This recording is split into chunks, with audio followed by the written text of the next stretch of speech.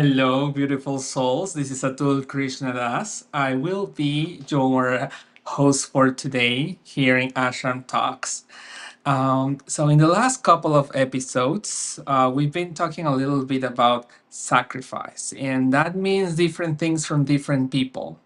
We have learned up until this point that we can offer up to everything if we are giving it, uh, you know, with utmost devotion and always also guided by a guru. However, today we're going to be discussing a little bit more into detail um, about the sacrifices that we perform in our daily lives and is it worth it? And in what way? What to expect? And to have the discussion, we will have here with us the wonderful Haripriya. Welcome, Haripriya. Thank you for having me. Of course. It's a pleasure being with you one more time in here. Thank you. Yeah, I'm happy to just go right into the verse. So we're doing chapter 4, text 33, and I'll just give my respects to my teachers. Om Jnanatimrandasya Gyananjana Shalakaya Chakshurun Militam Yena Tasmai Shri Guruve Namaha. So in this text, it says, O chastiser of the enemy. And he's referring to Arjuna. It's Krishna speaking. The sacrifice performed in knowledge is better than the mere sacrifice of material possessions. After all, O son of Pritha, all sacrifices of work culminate in transcendental knowledge.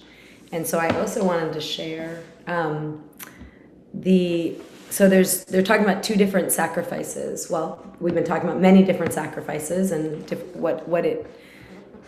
what kinds of sacrifice, and whether we're doing our sacrifice with knowledge or whether we're just kind of repeating what our parents did or doing something not really knowing why we're doing it. So I'm going to read a tiny bit of the purport as well.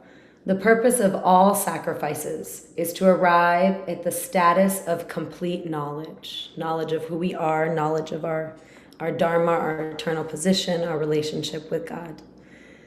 So the goal of all sacrifices, whether it's, well, I'll just leave it at that. Every sacrifice, the real goal is knowledge. Then to gain release from material miseries and ultimately to engage in loving transcendental service to the Supreme Lord in Krishna consciousness. Nonetheless, there is a mystery about all these different activities of sacrifice, and one should know this mystery. Sacrifices sometimes take different forms according to the particular faith of the performer. When one's faith reaches the stage of transcendental knowledge, of real knowledge, the performer of sacrifices should be considered more advanced than those who simply sacrifice material possessions without such knowledge. For without attainment of knowledge, sacrifices remain on the material platform and bestow no spiritual benefit. So we'll get a little bit into that. Real knowledge culminates in Krishna consciousness, the highest stage of transcendental knowledge. Without the elevation of knowledge, sacrifices are simply material activities. And that can be a little bit controversial, what Prabhupada is saying.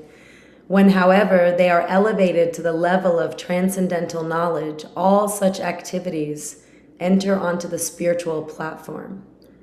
Depending on differences in consciousness, sacrificial activities are sometimes called karma kanda, or fruit of activities, and sometimes jnana kanda, knowledge in the pursuit of truth. And it is better when the end is knowledge. So there's examples that Prabhupada gives sometimes. He says, if you open a hospital and you do charity work, that has a material consequence, right? You're doing service to all of these souls, and you will get karma for that. You'll get good karma for that. You'll accrue a good karma in your material bank account.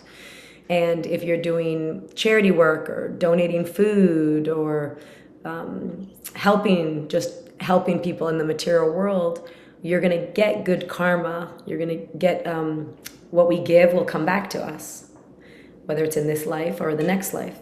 But transcendental knowledge is knowing who you are as a soul. And once you're in that consciousness, now your activities are automatically spiritual. And when your activities are spiritual, now the consequences will be spiritual. So meaning, if we, well, there's so many examples, but one example is if, in India, sometimes people will do an offering, like offer incense, and their mom offered incense, their grandma offered incense, and so they offer incense. And there's not really necessarily a thoughtful sense of like, what am I actually doing? Why am I doing this? Oh, I'm a soul that's connected to God, and this is my offering. So when there's knowledge of that, when there's knowledge of who you are in relation and what you're doing as an offering, then there's a spiritual benefit. But if you're just doing it like kind of on autopilot, then, and that's maybe the controversial part, is that's it's not having the same impact if it's done without knowledge than if it's done with knowledge. And so also today I wanted to address that, like Narada Muni spoke about Shravanam Kirtanam, and how, he completely transformed his consciousness in just a matter of months by hearing and chanting. And so when someone actually has spiritual knowledge, like knows who they are, that's what they want to engage in, is the hearing and the chanting. And we know from the different processes of bhakti that hearing and chanting are the first, right? And then remembering is the third. So Shravanam, Kirtanam, Vishnu Smaranam. So it's hearing is number one. It's like the first spiritual activity there is. And then speaking or kirtan, singing God's names or speaking about God, is the second most important devotional activity. And then the third is remembering and thinking about God, meditating on God. So when we understand the transcendental knowledge, that means that any sacrifice we do, like say we fast or we do yoga to control our minds, the end result though of all of these sacrifices of yoga, the end result should culminate in knowing who you are. The end result should culminate in love, friendship, devotion, care, affection to your source. And so if that's our goal, then we're more, it says it's superior. So that transcendental knowledge, moving towards that transcendental knowledge, is superior to charity work, to opening a hospital, or doing something that really matters in the world. It matters materially, like it's significant, it matters, it's important, but it's not necessarily going to give us spiritual, let's call it spiritual money in our bank account. So we might have like a material bank account and a spiritual bank account. So as we're doing things in the material world, and it could even be sacrifices. It could be sacrifices of our time or sacrifices of our money. It could be donations to nonprofits or to different charities. And this can get a little controversial because some people think, well, this is good. This is what's needed. And I'm going to give you one metaphor about that really helped me when I was working very hard to do something that I thought was materially important and needed, and to protect the society in a specific way against something that I thought was harmful. So that's one bank account. That's one bank account. There's benefit, but it's material benefit, meaning we're giving in charity, and now our material bank account, our material karma is going to be better. Next life we'll have resources based on the fact that we've given resources. So now we have our spiritual bank account. So the spiritual bank account is whatever we're putting in there, its culmination also is transcendental knowledge. And living from transcendental knowledge, you can't help but do only spiritual activities. So as we gradually increase our transcendental knowledge, then our activities will naturally become spiritualized. So we could look like we're doing the same thing. We could be cleaning our house. We could be washing the dishes or cooking, but we know who we are. We know who we are. We know our position, and we know our beloved. we know there's someone, like we know Sham, Krishna is like loves us and we love him, and we know Radharani is like the spiritual mother, the sanctuary, and that she loves us and she loves all the souls. So maybe we're even serving other souls, and it might look like we're doing something material, but if we're in transcendental knowledge of who these souls are and how Radharani cares about them, then that's a spiritualized activity. Because of the knowledge, because of the transcendental knowledge, now what might have been just something material before, like, oh, I'm going to help these souls, I'm going to give them counseling or coaching, or, let's just say that is the example. And we don't know who we are. We think we're our body. We think we're this limited lifetime, this limited life, and we're serving. And that's good, but that's going to give to our material bank account. And then if we're doing Shravanam, Kirtanam, Vishnu Smaranam, if we're, and there's the secret sauce of that is in association. So if you're hearing in association of devotees, if you're chanting God's names, if you're speaking about God and hearing about God, then in the association of devotees, then our consciousness is getting cleansed and elevated. And as we cleanse our consciousness more and more, then our activities, all of the ones that might have been material before, can become spiritual. But so let's take that same example. I'm a coach, or I'm a so say I'm a coach, or I'm a counselor, and I now know all these souls are God's, and that's, and my position is also God's, and my purpose has nothing to do with matter, and that's pretty high standard.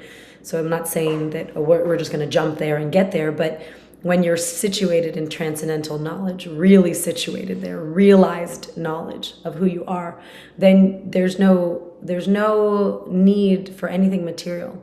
Meaning, so you see someone, they're coming to you, you're giving them coaching or counseling, and I know someone who's very very well situated, I'll say very elevated, and when they give them coaching and that service, they are very, their consciousness is very aware that even if that person's coming to them, let's say, oh, because they're lonely and they don't have a husband and they're suffering, they're giving them coaching knowing that waking up that person's soul is what will serve them the most.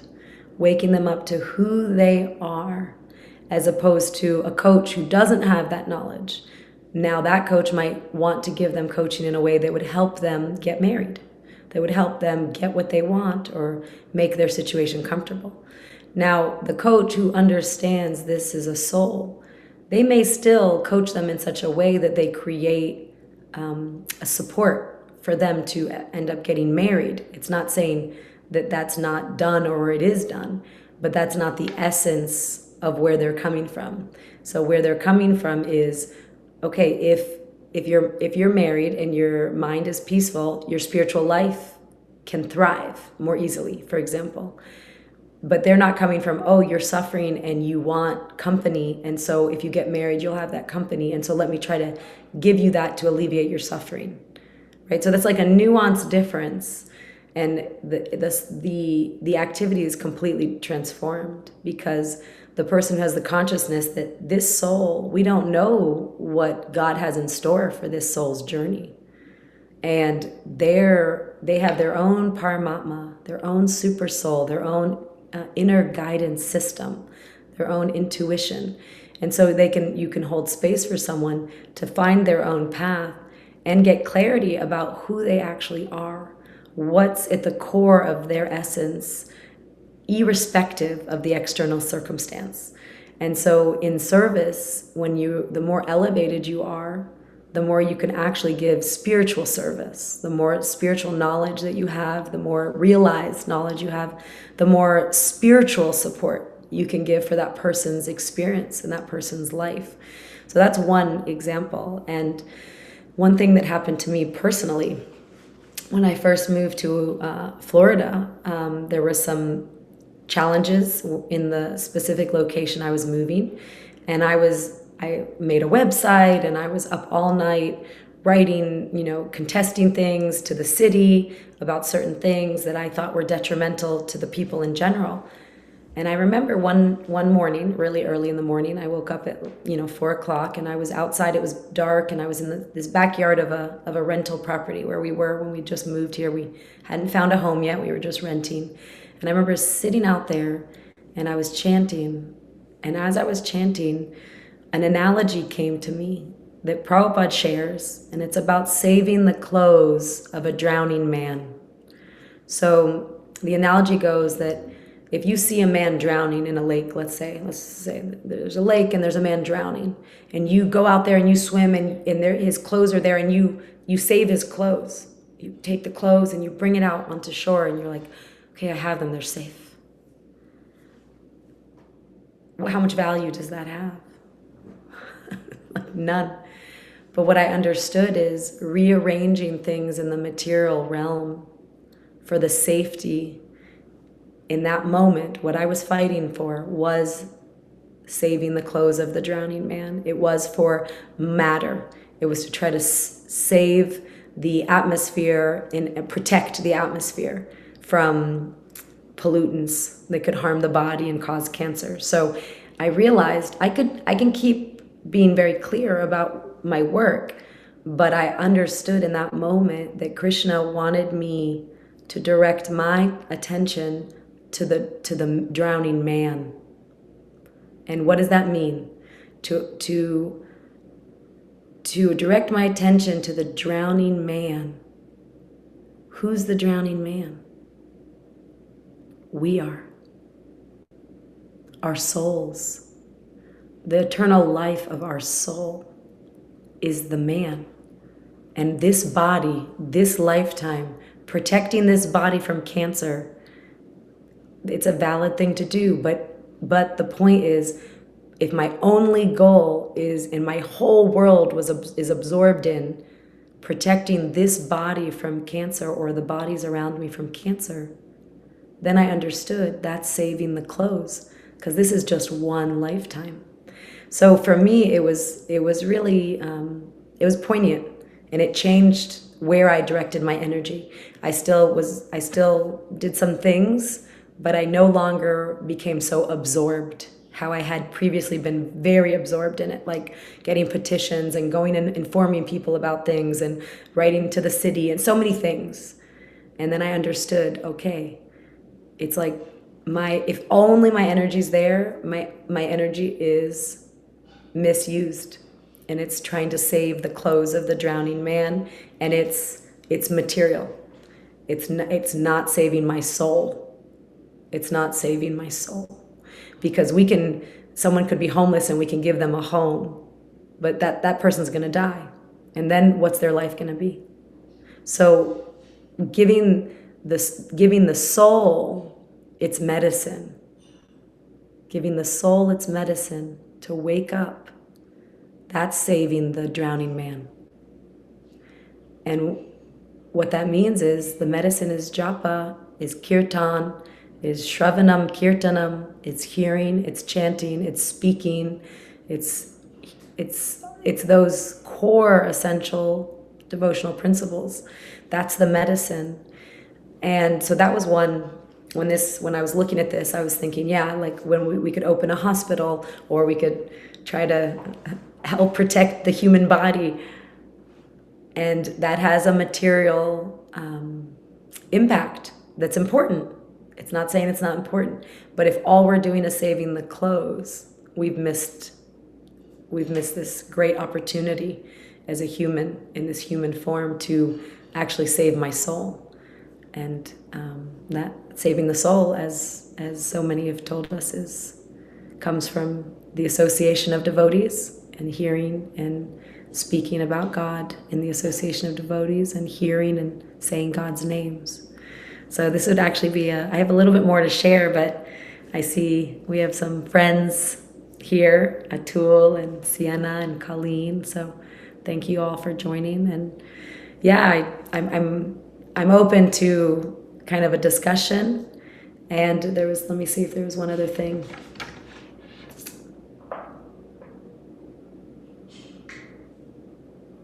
Oh, well, there's a funny story. Maybe it lightens the mood a little bit. But yeah, Tool, if you want, I do want to let you know at any time if you want to jump in and talk or ask a question, you're welcome. Um, yes, join me. Nice. And Hi, Haripriya. Thank you very much. You know what? When you were sharing this story, I think that more than the word knowledge with it, I think more of awareness. Because I think many of us has heard before that we are not this. We are an eternal soul. And then we're like, yes, right.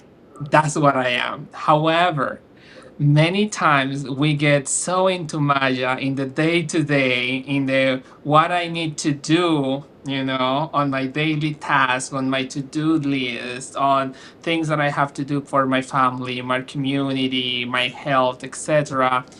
Sometimes we forget, you know. I'd say a lot of Um, times we forget. Yeah. Completely. And I think I was thinking actually that the term Krishna consciousness in that moment came to mind. And I was like, sure, is the work is remembering all the time what we are, Yeah. who we are. And I was thinking like, how we'll be able to do that. And I remember a dear brother in faith who told me the importance of, chanting japa at the beginning of the day because, um, you know, before dawn, if it's easier to do it because later on you're busier doing other things. And I was thinking perhaps like, yeah, that could be like intentioning,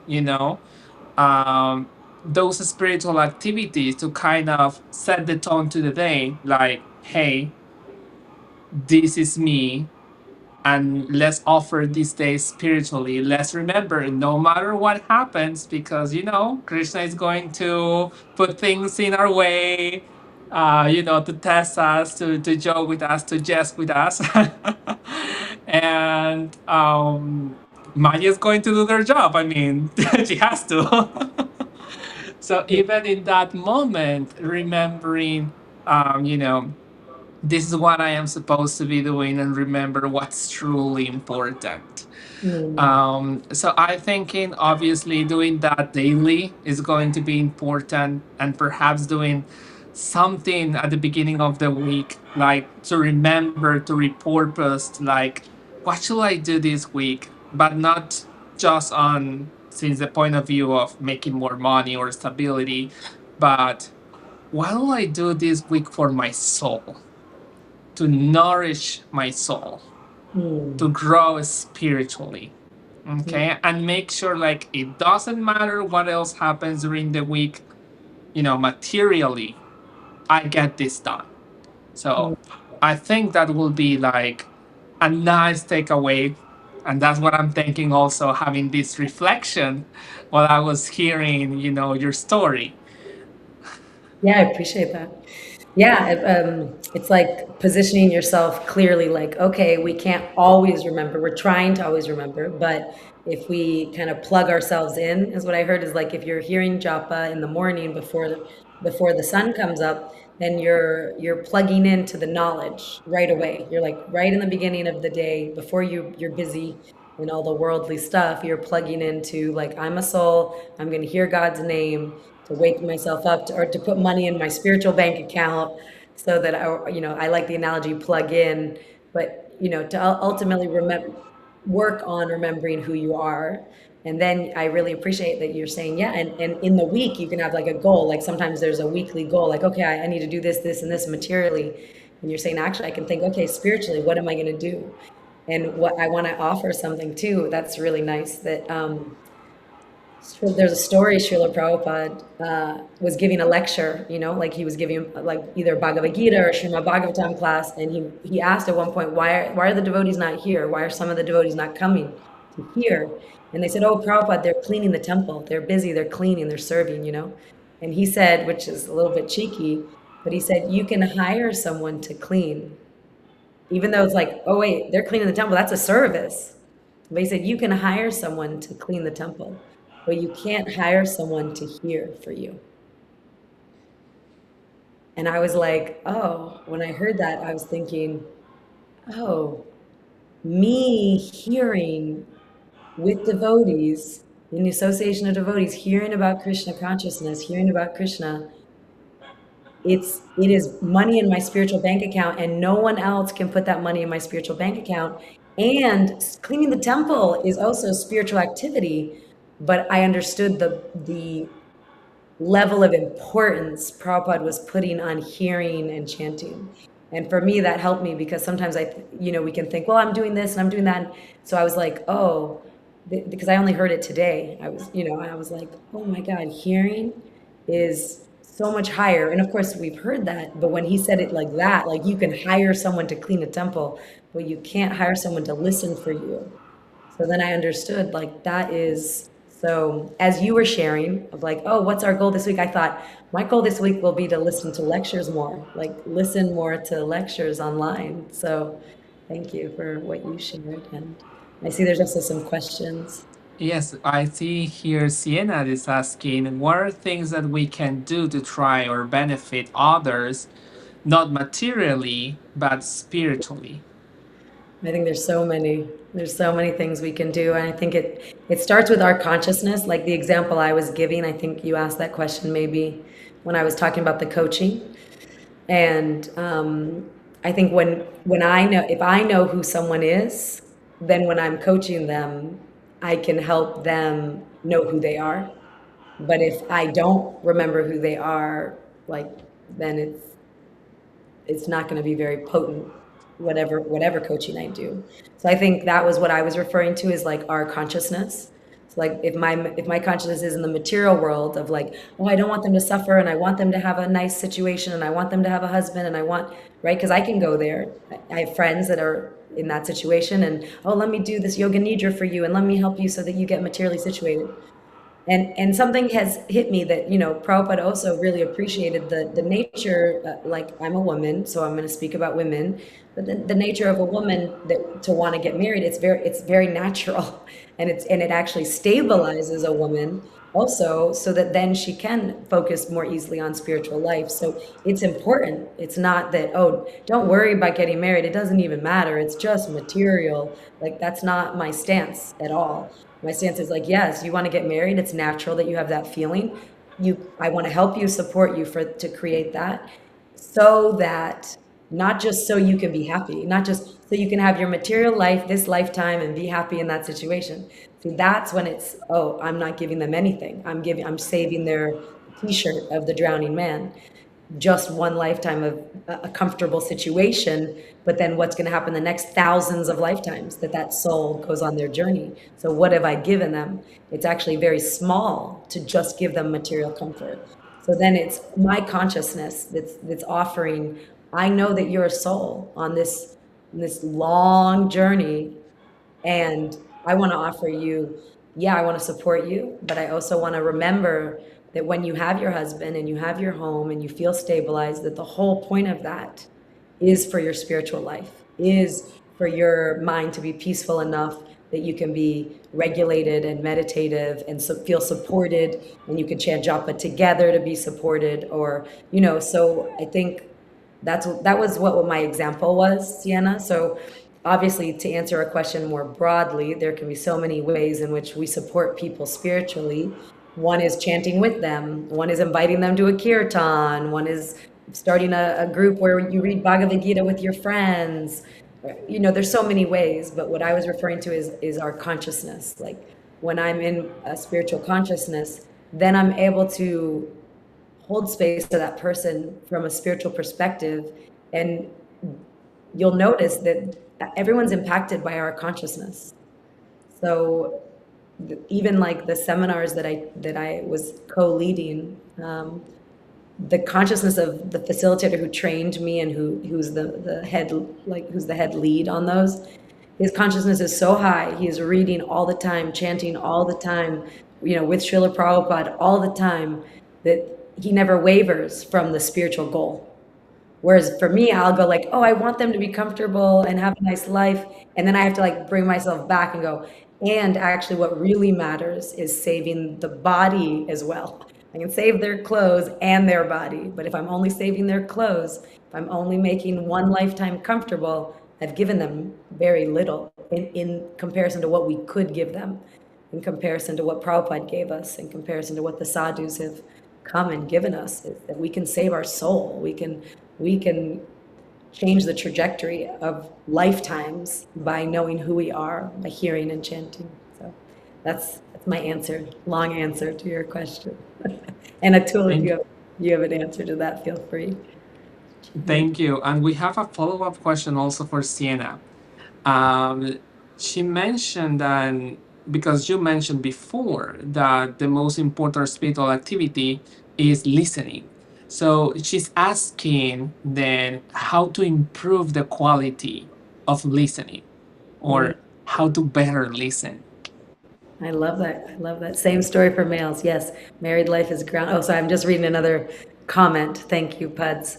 Married life is grounded me and helped me tremendously. Yes, same is true. I spoke from my experience, so I didn't want to make assumptions about the experience for men. But so that question Sienna's asking is a beautiful question. How can we listen? And so we can listen in so many different ways, but listening in sattva, really listening, like trusting the other person as a soul who has a perfect guide already in their own body, right? In each of us, we have our own guide. So like when we're actually listening and we think, oh, I have to help them. They don't know what they're doing. Let me, then we're listening in rajas, we're listening in the mode of passion, and it's lacking the trust that they have what they need and they know their answers. So when we're in sattva and goodness, then we can listen, we can really just be. We're not listening to respond, we're listening to understand. So when you listen to understand, you get nuances too of their experience, of their ups, their downs, their pain, their even you can understand things that they don't even say, right? You can kind of hear things, read between the lines of maybe emotions that are there. And actually, the best support you can give someone is to put words to maybe their experience so that they feel understood and they feel heard.